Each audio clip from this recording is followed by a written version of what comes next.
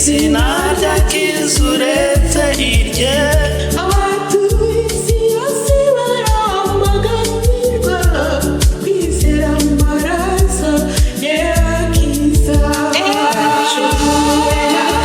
Twacunguwe n'amaraso ye araduhagije, yadukuye mu rupfu adushyira mu bugingo.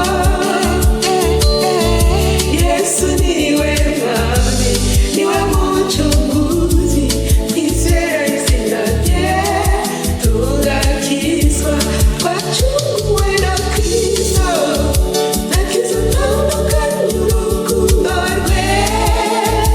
Abatuye isi bose nimuze mwizeye, mu maraso ye harimo agakiza.